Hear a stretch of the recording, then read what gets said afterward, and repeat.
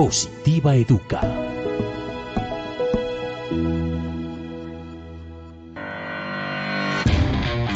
Tips de bioseguridad. Alcohol isopropílico glicerinado. ¿Sabías que? El alcohol isopropílico se obtiene a partir del propileno, por reducción catalítica de la acetona o mediante fermentación de ciertos carbohidratos. En general, el isopropanol diluido al 70% tiene unas propiedades bactericidas similares al etanol de la misma concentración. Se utiliza en preparados para la desinfección de manos y de superficies. También se usa como desinfectante. Dosificación vía tópica al 60-70%. Funciones. Se utiliza en la preparación para la desinfección de manos y de superficies. También se usa como desinfectante. También se usa como desinfectante de la piel en los preoperatorios.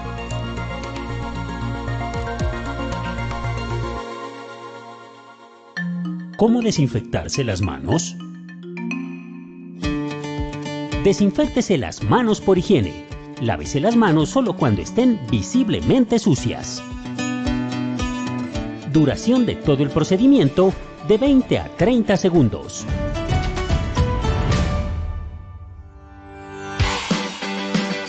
Deposita en la palma de la mano una dosis de producto suficiente para cubrir todas las superficies. Frótese las palmas de las manos entre sí. Frótese la palma de la mano derecha contra el dorso de la mano izquierda, entrelazando los dedos y viceversa. Frótese las palmas de las manos entre sí, con los dedos entrelazados. Frótese el dorso de los dedos de una mano con la palma de la mano opuesta, agarrándose los dedos. Frótese con un movimiento de rotación el pulgar izquierdo, atrapándolo con la palma de la mano derecha y viceversa. Frótese la punta de los dedos de la mano derecha con la palma de la mano izquierda, haciendo un movimiento de rotación y viceversa. Una vez secas, sus manos son seguras. Es tu protección nuestra prioridad. Positiva te acompaña.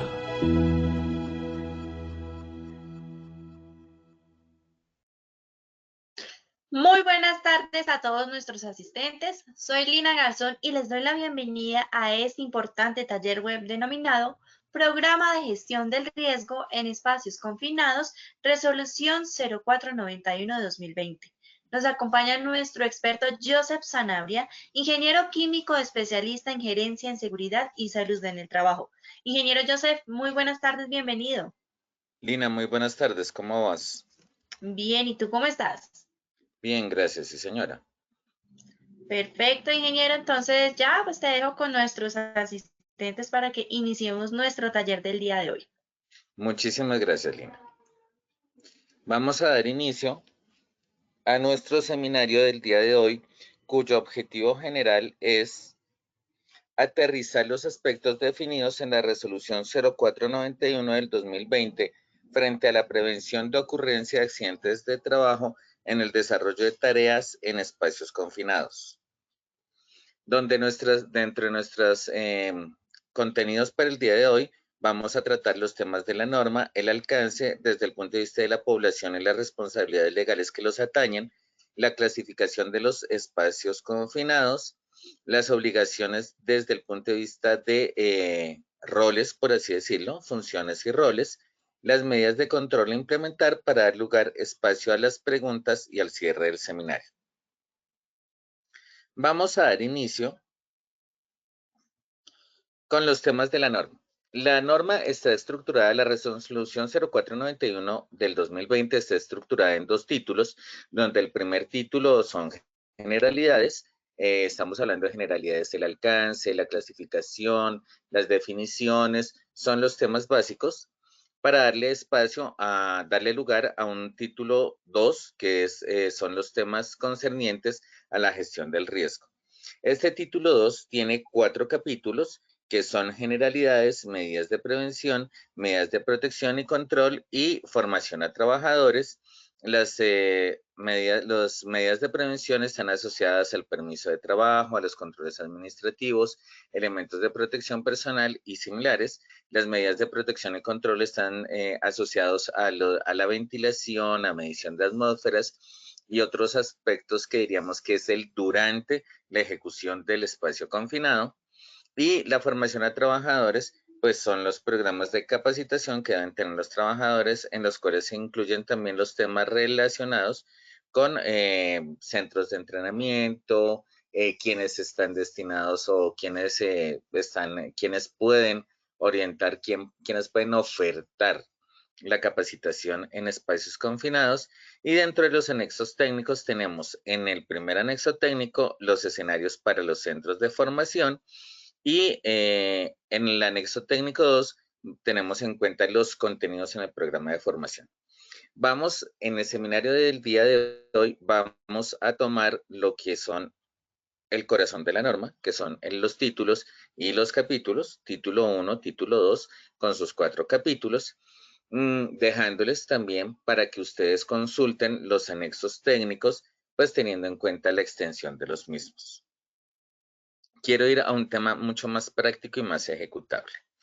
Desde el punto de vista del alcance, entonces hice esta tabla basado en el alcance que corresponde al artículo 1 del título 1 de la resolución 0491, en donde tenemos que tenemos identificados a las personas que son objeto de la norma. Entonces, en ese orden de ideas, corresponde al artículo 2, perdón, que es el campo de aplicación. Tenemos trabajadores directos y contratistas persona natural. La acción definida está enfocada a definir e implementar las medidas de control y gestión del riesgo enfocado a espacios confinados. Tengamos en cuenta que no solamente nos tenemos que remitir a la resolución 0491 del 2020, sino a toda la normatividad que está asociada en seguridad y salud en el trabajo. Entonces nos enfocamos en lo que en su momento fue el decreto 723 del 2013, en donde se establecen específicamente las actividades asociadas a tareas críticas, como es el tema de espacios confinados, de forma análoga a lo que es la exposición a trabajo en alturas. Cabe destacar aquí, en este momento, que hay confusiones que se presentan. Por ejemplo, las personas que ejecutan trabajo en alturas se dice que deben estar en riesgo 5. En este momento, pues realmente esa es una confusión y esa es una interpretación, porque realmente la clasificación o el criterio con el cual se clasifica a una empresa o se clasifican a los trabajadores en una empresa son los que están establecidos en el decreto 1607 del 2002. Que en el momento esté en actualización, sí, claro que sí, pero el que está vigente es el decreto 1607, decreto 1607 del 2002. Y ese es el criterio bajo el cual se clasifican las empresas según un criterio de riesgo 1, 2, 3, 4 o 5. Si bien trabajo en espacios confinados es una tarea crítica o una tarea de alto riesgo de acuerdo a los criterios definidos por la OSHA, ¿sí? No confundamos la OSAS con la OSHA. La OSAS fue la que la ISO 45000 actualizó y, digamos, sacó de vigencia. La OSHA es el ente internacional estadounidense que define criterios técnicos en seguridad y salud en el trabajo. Entonces, escuchamos que trabajo en espacios confinados es una tarea de alto riesgo y tampoco debemos confundirlo con las actividades de alto riesgo que son aquellas que están definidas en el decreto 2090 del 2003. En ese orden de ideas, cuando hablamos de espacios confinados, estamos hablando de un riesgo por condición de seguridad, ¿sí? y estamos hablando que ya es un riesgo porque hay una exposición a unas condiciones que pueden generar un accidente de trabajo. Por eso lo definimos desde la seguridad industrial y por eso lo clasificamos dentro de los peligros, condiciones de seguridad.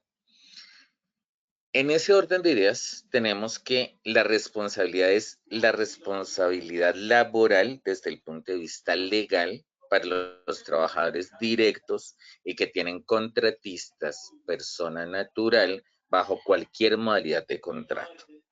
Entonces, esto debe ser súper claro para todos.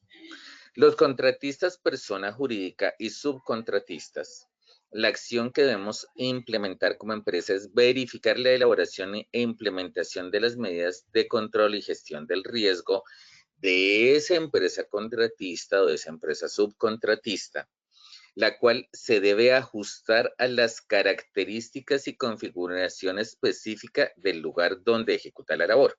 ¿Qué quiere decir esto?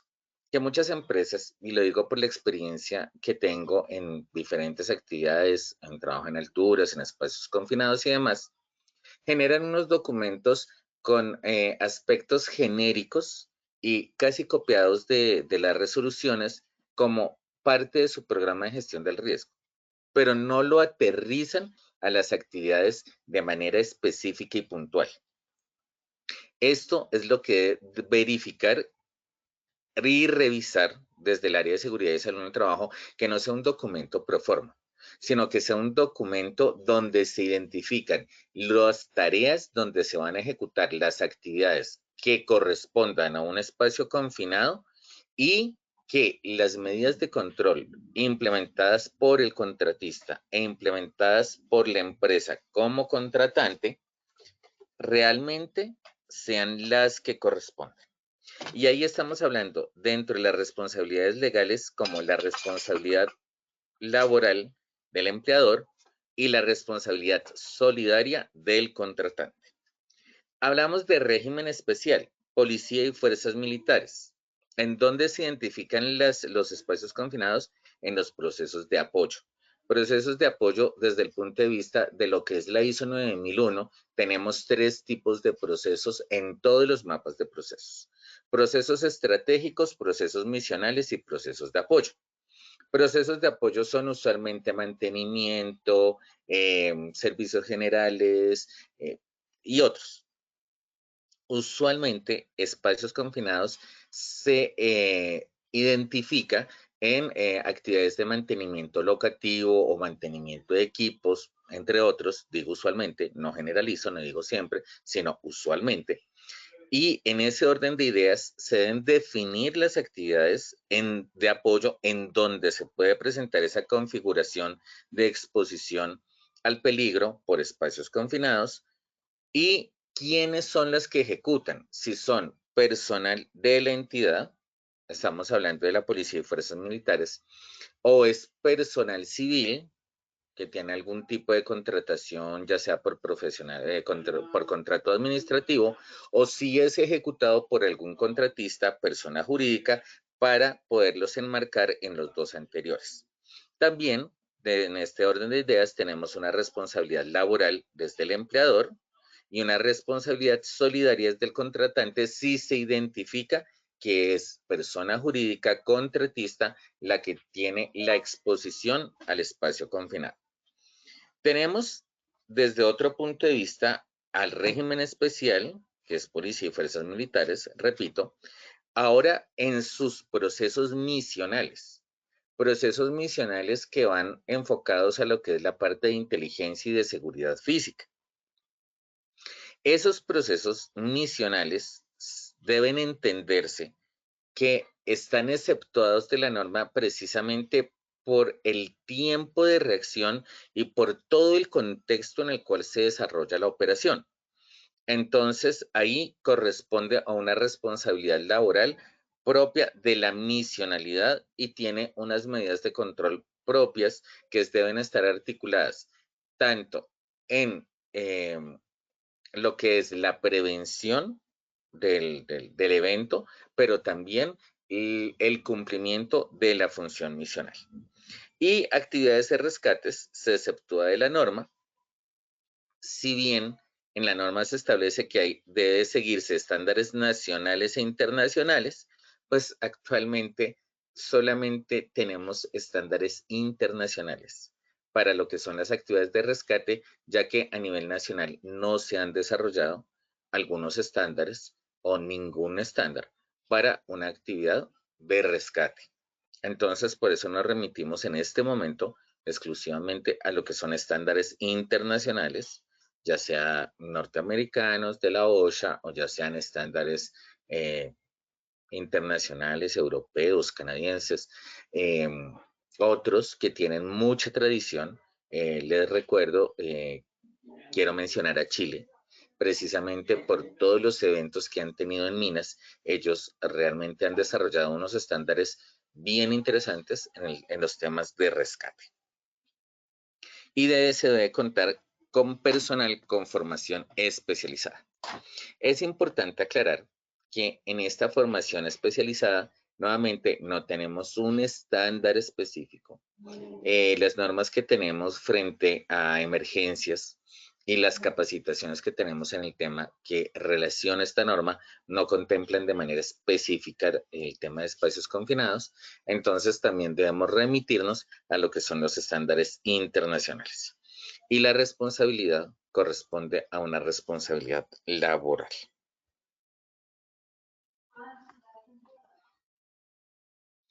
Desde el punto de vista ya entrando en materia en la clasificación del espacio confinado.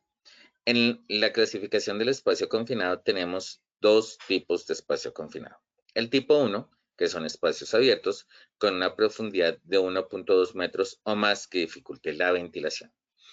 Tengamos en cuenta que aquí debemos articular el tema de trabajo en alturas. ¿Por qué? Porque trabajo en alturas me dice cuando exista el riesgo a caer a una distancia de 1.5 metros o más sobre un nivel inferior.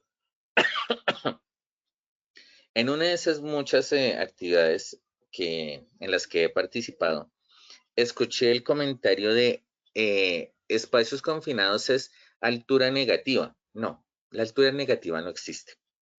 Existe el criterio específico y técnico.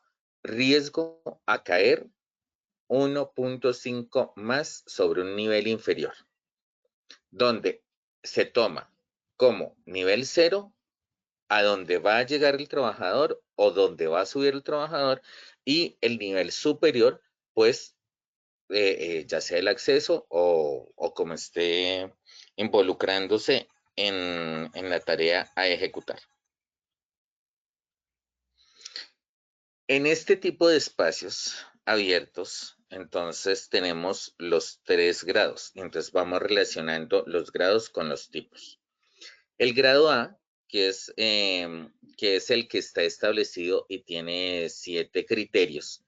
Pues el criterio que se ajusta al tipo 1 es el que les estoy presentando, que corresponde al criterio 6, que ustedes lo encuentran en el artículo, si no estoy mal, 4, 5. Que es el criterio que define que es la configuración interna tal que podría generar atrapamiento o asfixia mediante paredes que convergen hacia adentro o por un piso que declina hacia abajo.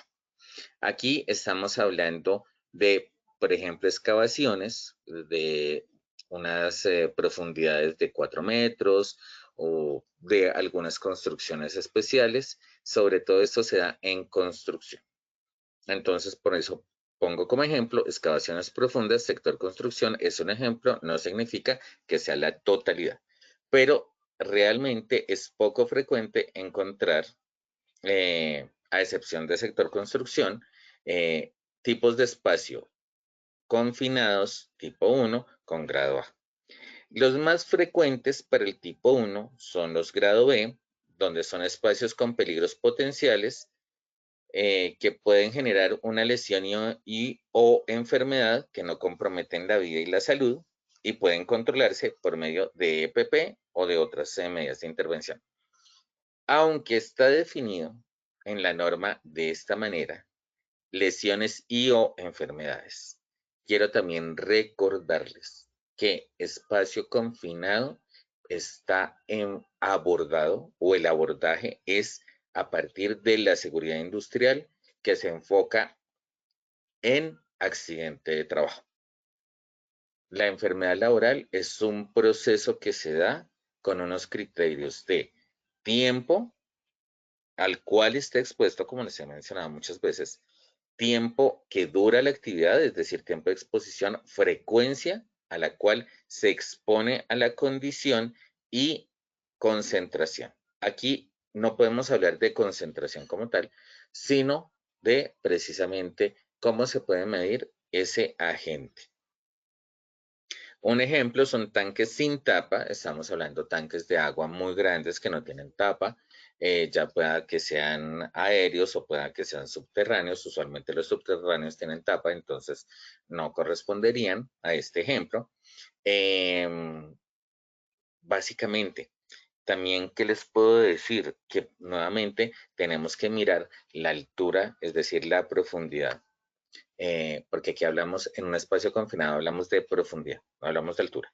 Pero esa profundidad es lo que conduce a articular ese 1.5 metros o más, que es el riesgo a caer, de acuerdo a lo que se define en la resolución 1409 para trabajo en alturas. Y el grado C, que es el más usual, que es para excavaciones de 1.2 metros, son muy frecuentes, que es zanjas. Son situaciones de peligro del espacio confinado que no exigen modificaciones, y esto se da para excavaciones poco profundas.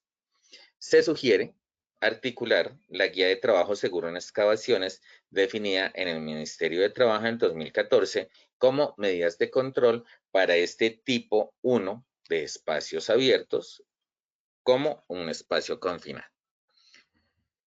Nos vamos al tipo 2. En el tipo 2 tenemos espacios cerrados con una pequeña abertura de entrada y salida. Voy a comenzar de atrás para adelante. El grado C, que es poco frecuente, son las situaciones de peligro del espacio confinado que no exigen modificaciones. Esto realmente tiene una frecuencia muy baja. Cuando ya tenemos un espacio cerrado con una pequeña abertura de entrada y salida, pues vamos, esto no se va a dar. Ya de por sí, la pequeña abertura es una situación de peligro y exige una modificación, ya sea por elementos de protección personal o por medidas de control. Tengan en cuenta también que el espacio confinado, muchas de las estructuras donde se da el espacio confinado son fijas y no permiten modificaciones desde el punto de vista de infraestructura. Entonces, cuando hablamos de modificaciones, estamos hablando de las medidas de control o modificaciones que no atenten contra la integridad de la infraestructura donde se lleva a cabo la tarea. Es importante tener en cuenta esto. El más frecuente tenemos espacios con peligros potenciales como lesiones nuevamente y enfermedades que no comprometen la salud y la vida y la salud. Esto pues realmente es la definición que aparece en la resolución 0491, pero pues si nos vamos a la práctica, ¿hasta qué punto esto sí realmente sucede?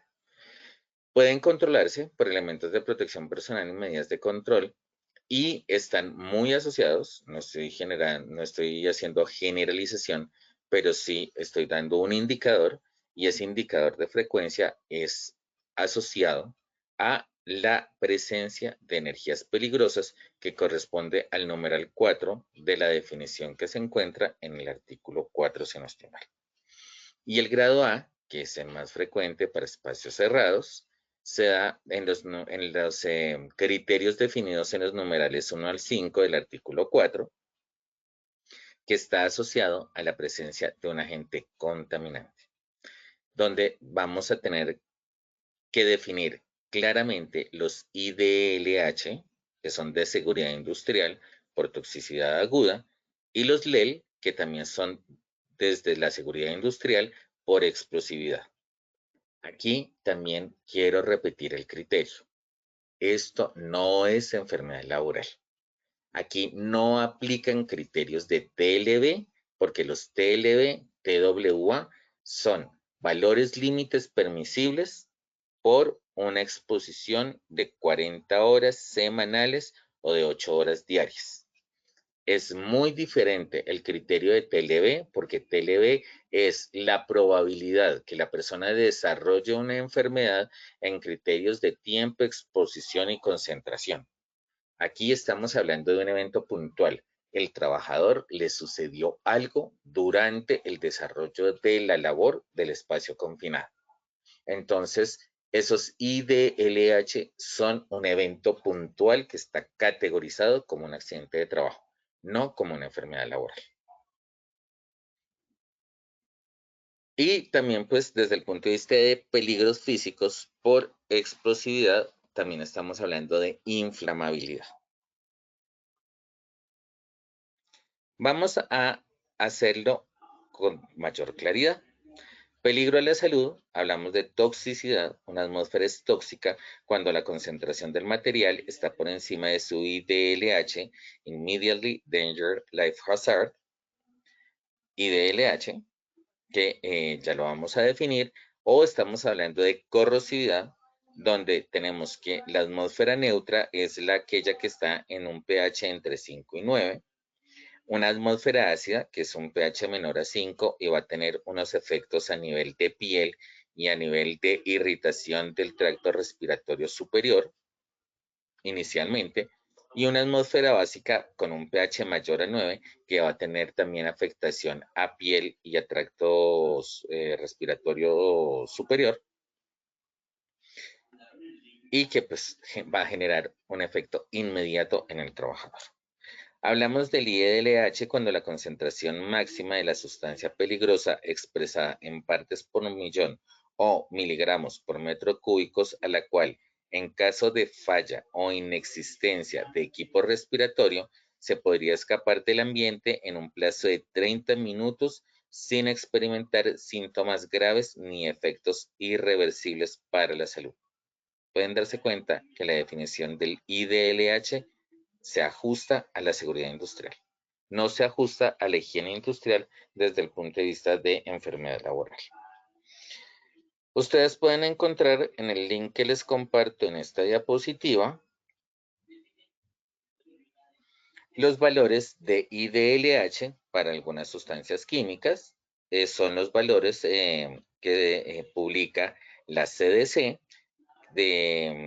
también bajo referente de la NIOSH. Algunos ejemplos de estas sustancias, o los más conocidos porque son los más generados en los espacios confinados, tenemos el monóxido de carbono. La experiencia la tenemos por minas subterráneas, socavón.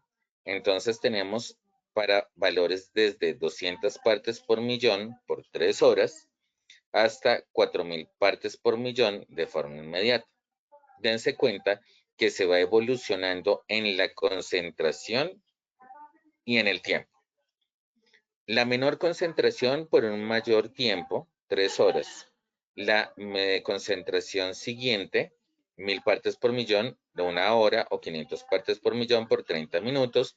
Vamos a tener efectos a nivel cardíaco, a nivel de concentración, a nivel de atención, a nivel de alerta, a nivel de también oídos, auditivo y náuseas. A 1.500 partes por millón por 1 hora vamos a tener peligro para la vida, y a 4.000 partes por millón pues vamos a tener colapso, inconsciencia y muerte en pocos minutos. La muerte por monóxido de carbono es lo que llamamos muerte dulce, porque se quedan dormidos y pues no se dan cuenta. Para sulfuro de hidrógeno, que es otro de los contaminantes que tiene un mayor reconocimiento como contaminante del espacio confinado, tenemos 18 a 25 partes por millón, irritación en los ojos. Tenemos de 75 a 150 partes por millón, por algunas horas, irritación respiratoria en ojos. Y es aquí en este punto donde es importante contarles que a 100 partes por millón vamos a tener un bloqueo del olfato, del umbral del olor. ¿Qué quiere decir esto? El sulfuro de hidrógeno, o H2S, tiene un olor característico a huevo podrido. A bajas concentraciones uno lo percibe, pero a 100 partes por millón ya el olor, el olfato, se bloquea por la sustancia y uno no lo percibe, lo deja de percibir. Esto genera una mayor peligrosidad porque en la medida en que uno percibe el agente contaminante, pues se va retirando, pero cuando lo deja de percibir dice, ah, no, ya no tengo peligro. Pero resulta que es que el agente tiene una mayor concentración. Por eso es que no nos podemos confiar en nuestro sentido del olfato para lo que es la presencia de agentes contaminantes. De 170 a 300 partes por millón por una hora hay una irritación marcada a nivel respiratoria, ojos y demás. De 400 a 600 partes por millón por media hora se puede llegar a la inconsciencia, en la muerte, y en 1000 partes por millón es fatal en minutos.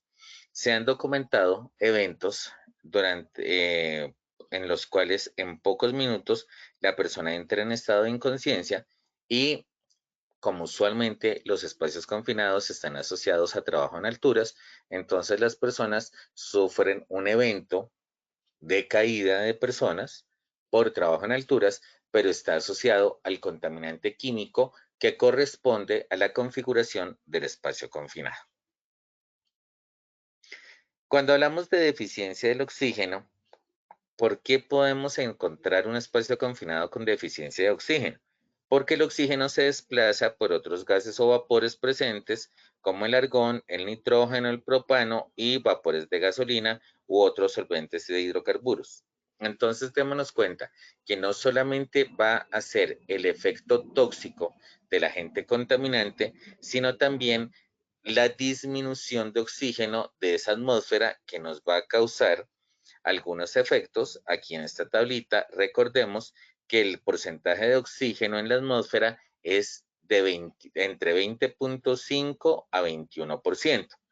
Cuando tenemos hasta 16% no se ven los efectos visibles, pero sí se aumenta la sudoración porque se aumenta el gasto energético de la persona al tener una deficiencia de oxígeno.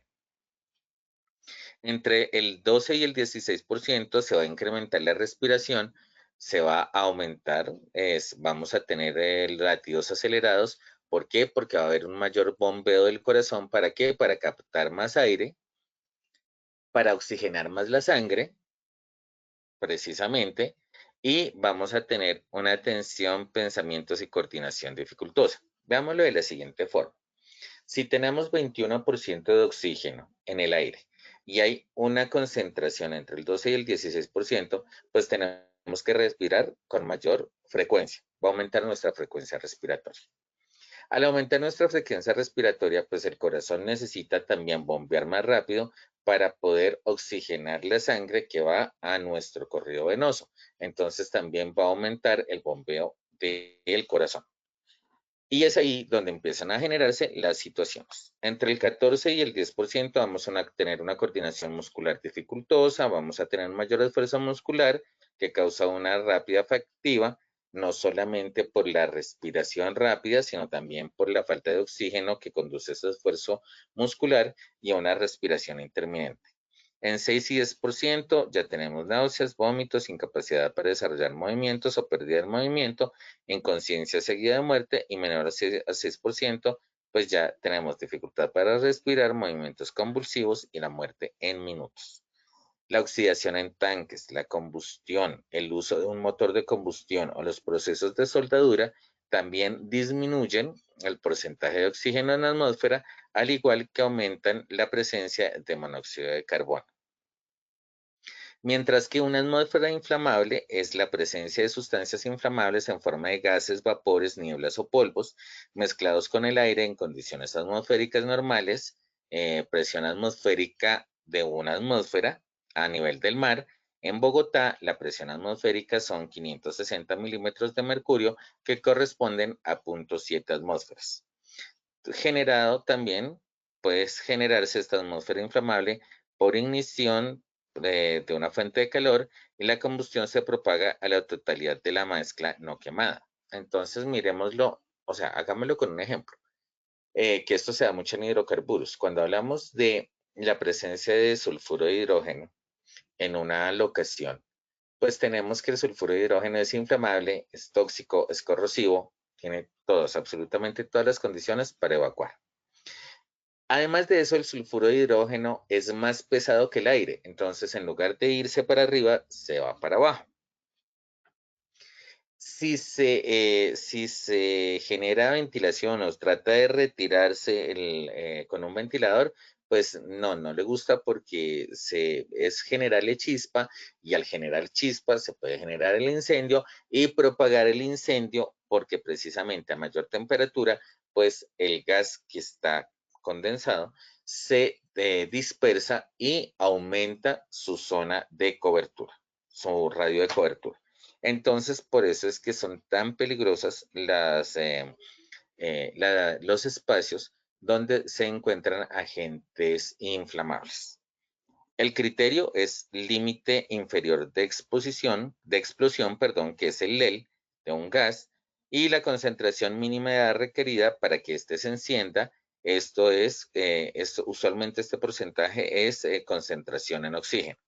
Una atmósfera es inflamable cuando existe la concentración de la sustancia inflamable por encima del 10% del límite inferior de inflamabilidad. Entonces tenemos que la concentración es en el aire. Entonces tenemos que cuando el gas no se encuentra en el aire, estamos hablando que 100% es aire, 0% es el contaminante va aumentando su concentración hasta llegar a un LEL, es decir, a un valor bajo, un límite bajo de explosividad, va subiendo y entre el LEL y el UL, donde el UL es el límite superior, esa zona, pues es la zona en la cual se puede evacuar, realmente por eso es que el LEL es el criterio donde empezamos a evacuar, pero el tiempo de reacción es entre el LEL y el UL. Por encima del UL, pues ya no debemos tener ninguna persona en el lugar porque realmente el tiempo de reacción o la explosividad tiene una probabilidad mucho más alta.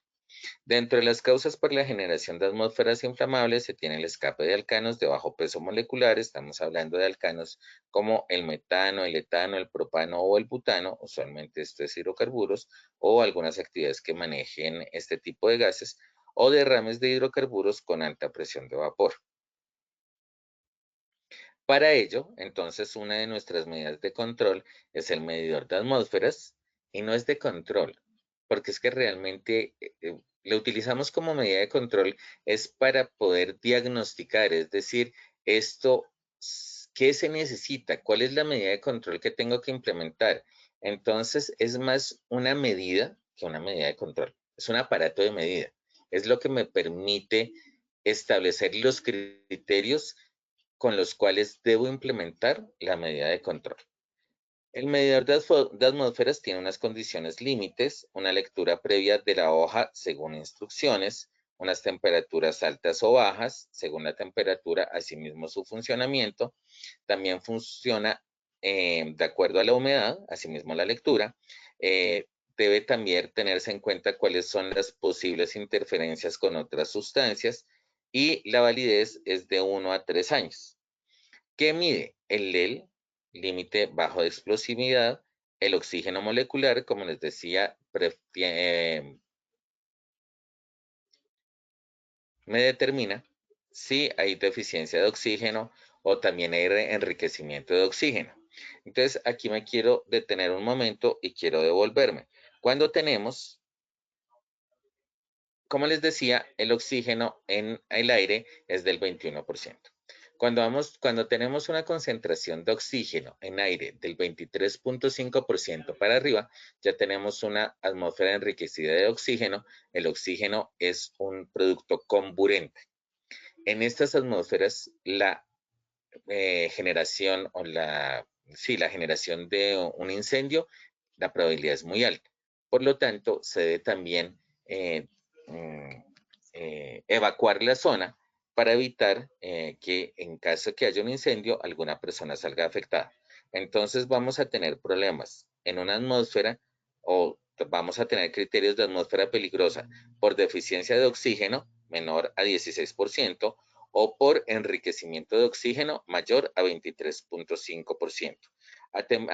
En atmósferas con un porcentaje de oxígeno mayor a 23.5, la tela ignífuga, que es la que se utiliza para proteger al trabajador en caso de un incendio, pues realmente no va a generar ninguna protección. Y tenemos que la calibración de estos equipos debe ser diaria, realizada por el usuario de acuerdo a la hoja técnica del equipo, y debe ser realizada por proveedor semestral o anualmente de acuerdo a las horas de uso de estos equipos. La hoja técnica del equipo es fundamental para realizar el uso adecuado y el mantenimiento. Dentro de las obligaciones, tenemos al empleador, al trabajador y a la ARL. Al empleador se le asignan 26 obligaciones, entre las cuales están asociadas a la identificación del peligro e implementación de medidas de control, a la capacitación y entrenamiento del personal y asignación de funciones, no a la creación de cargos, similar a lo que sucede en trabajo en alturas. El coordinador de seguridad de trabajo en alturas no es un cargo, es una función, es decir, es un rol. Asimismo, en esta norma de espacios confinados, tenemos que a los trabajadores se le asignan funciones o se le designan roles, pero no es la creación de cargos.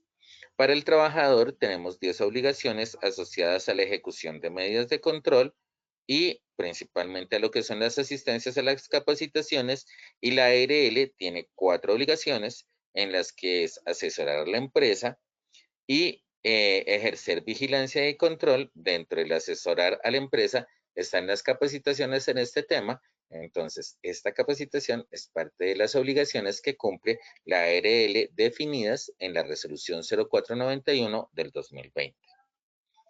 Roles y responsabilidades al interior de la empresa tenemos desde el punto de vista administrativo el diseño del programa de gestión del riesgo para espacios confinados, cuya responsabilidad es el diseño, administración y aseguramiento, del cual parte la identificación como tal del espacio confinado.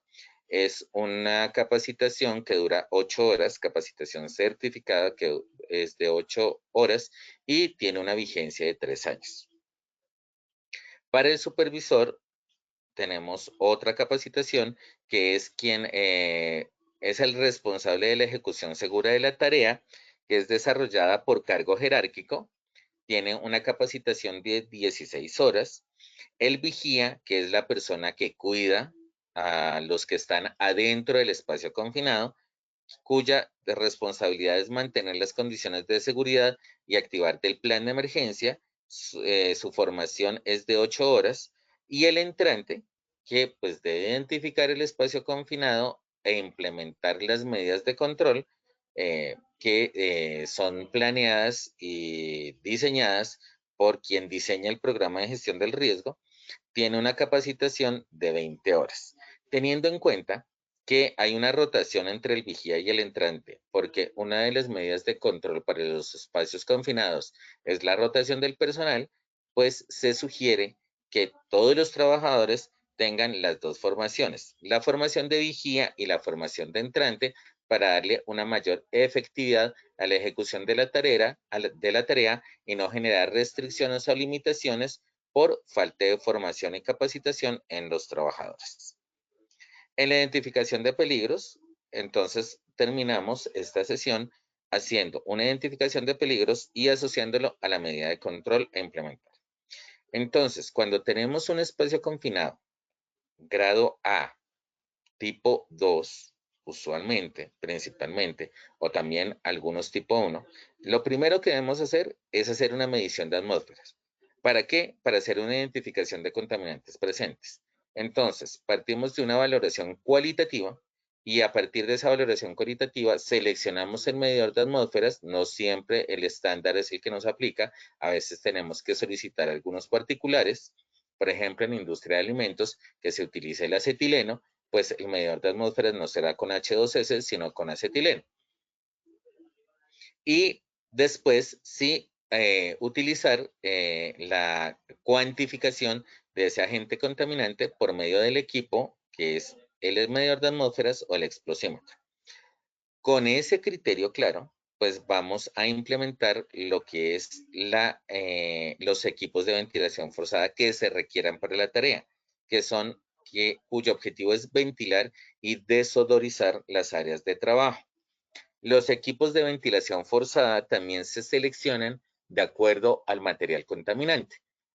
Una de las preguntas que me hicieron en uno de los seminarios anteriores me preguntaban sobre material particulado. Pues para material particulado lo primero que tengo que hacer es humidificar el área de trabajo. ¿Para qué? Para que el material particulado se condense, por así decirlo, se humidifique, gane peso y caiga a piso y disminuya su concentración en el aire.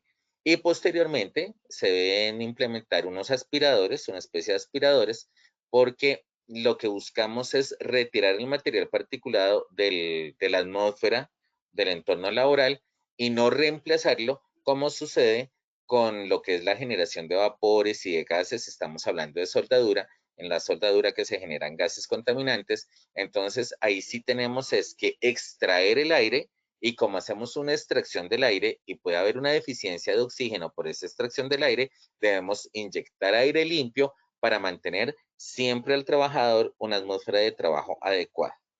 Y en algunos casos, dependiendo de la configuración, se utilizarán equipos de ventilación autónoma para el trabajador, que son los autocontenidos o los Self-Contained Breath Air, SCBA. Estos equipos requieren un entrenamiento por parte del trabajador y también una respiración controlada. Si el trabajador se acelera, se agita, se desorienta, pues va a respirar mucho más rápido y el equipo autocontenido pues no le va a durar lo que le debe durar y también le puede generar un efecto adverso. Entonces, es importante aquí la condición de salud del trabajador y también sus fobias y todas sus características personales son mucho más relevantes a la hora de determinar la aptitud física. No es solamente que tenga una buena respiración, porque es que no hemos hablado de la condición física, que es otro aspecto fundamental en espacios confinados. En espacios confinados, la contextura física del trabajador sí es un aspecto a tener en cuenta para la selección de trabajadores que van a ejecutar espacios confinados, en los que son tipo 2, que son espacios cerrados con aberturas restringidas, y las fobias, la capacidad de adaptarse a espacios, la claustrofobia y otros, es fundamental identificarlas para no tener un evento en este tipo de trabajadores. Desde el punto de vista de peligro locativo, debemos tener rutas de acceso, sistemas para acceder, como les decía, articularlo a trabajo en alturas. Peligro físico e iluminación, debemos implementar necesariamente iluminación artificial portátil, teniendo en cuenta pues la configuración como tal del espacio confinado. Esto se da más para los espacios tipo 2, pero para los espacios tipo 1 también se requiere, porque es que la profundidad no solamente incide en la ventilación, sino también en la iluminación. En energías peligrosas, pues debemos implementar bloqueo y etiquetado, que es lo que conocemos usualmente como logout, tagout o loto. De controles administrativos, debemos implementar señalización, demarcación de áreas, control de hidratación, control de tiempos de trabajo, como les decía, rotación de personal y equipos de comunicación, y estos equipos de contaminación también deben ser antichispa, dependiendo de la atmósfera en la cual se encuentre el trabajador. Y en emergencias, el plan de rescate. El plan de rescate se planea antes del ingreso del trabajador, no después. Tengamos en cuenta que en el plan de rescate muchas veces la configuración del espacio confinado no permite que otro trabajador entre como rescatista a extraer al trabajador que tiene el. Entonces, en nuestro sistema de extracción, que es uno de los más importantes en el plan de rescate, debe permitir la extracción sin necesidad de ayuda del trabajador impactado. Y esto es fundamental. Y con todas estas medidas de control totalmente pensadas, planeadas, implementadas y probadas, ahí sí podríamos hablar de un permiso de trabajo. Esto sucede y es la reflexión a las que los quiero llevar. ¿Esto realmente es lo que sucede? ¿Esto es lo realmente tenemos claros? Antes de empezar a hacer proformas y escribir documentos proforma para cumplir con un requisito normativo, pensemos en la seguridad de nuestro trabajador. Trabajo en alturas es una tarea crítica que tiene una configuración totalmente diferente a la de espacios confinados. Entonces, es importante que nos situemos en el contexto del espacio confinado. Y además de aprender de trabajo en alturas, también aprendamos de agentes químicos, que es lo más importante en un espacio confinado tipo 2. En ese orden de ideas, les agradezco muchísimo su tiempo y su atención y les quiero compartir la siguiente frase. La eficiente gestión del riesgo en espacios confinados depende del conocimiento de los peligros locativos y químicos en el espacio donde se desarrolle la tarea. Muchísimas gracias. Como tips, les quiero compartir. Primero, hacer una identificación de peligros. Segundo, planear el rescate ajustado a las necesidades propias de la configuración del espacio confinado. Con esto totalmente claro, asignamos roles, ajustamos medidas de control y tenemos en cuenta cuál es la capacitación o la formación que le debemos dar a nuestra población trabajadora, no solamente desde la formación certificada, sino también desde la capacitación de promoción y prevención. Muchísimas gracias a todos por su tiempo, por su atención y abrimos el espacio a las preguntas. Lina. Ingeniero, muchas gracias por este tema del día de hoy. Bueno, yo como siempre los invito que si tienen alguna duda, algún comentario para el ingeniero Joseph, recuerden que en el icono de preguntas nos pueden dejar todas sus inquietudes. Ingeniero, por acá nos preguntan qué institución está certificada para la capacitación a supervisor vigía. Bueno, esa es muy buena pregunta. Ahí dentro de lo que es la resolución 0491 se definen 6 instituciones. Primero, SENA. Segundo, universidades con programa de formación en seguridad y salud en el trabajo. Tercero, centros de formación para el talento y desarrollo humano, cajas de compensación, hay centros de entrenamiento, proveedores de trabajo en alturas, me faltó uno. Eso está en la resolución 0491 del 2020 en el artículo 3031, si no estoy mal. Eso es desde el punto de vista normativo. Desde el punto de vista práctico, en este momento, por temas de pandemia, teniendo en cuenta que la resolución salió en febrero de este año, no tenemos en este momento una oferta como tal de capacitación en espacios confinados por proveedores certificados y avalados. Perfecto, Inge, muchas gracias. Bueno, yo sigo por acá revisando. Bueno, por acá nos dicen que como siempre, muchas gracias por las excelentes capacitaciones que nos estás regalando cada semana. Por acá nos dicen, Inge, ¿qué tipo de equipos recomiendan para la medición de atmósferas? Usualmente los estándares del mercado son explosímetros que tienen los cuatro indicadores que son LEL, monóxido de carbono, porcentaje de oxígeno y el cuarto se selecciona dependiendo de la actividad económica. Para hidrocarburos, el más usual es el de H2S, pero como les decía, para industria de alimentos se pide un sensor, son 4 sensores. Se pide el de acetileno. Para sector construcción, usualmente alcantarillas también tiene H2S, además de monóxido de carbono, y también son espacios que tienen deficiencia de oxígeno. Les repito, por favor, que no confíen en la nariz. Para eso existen equipos. El monóxido de carbono no tiene un olor característico.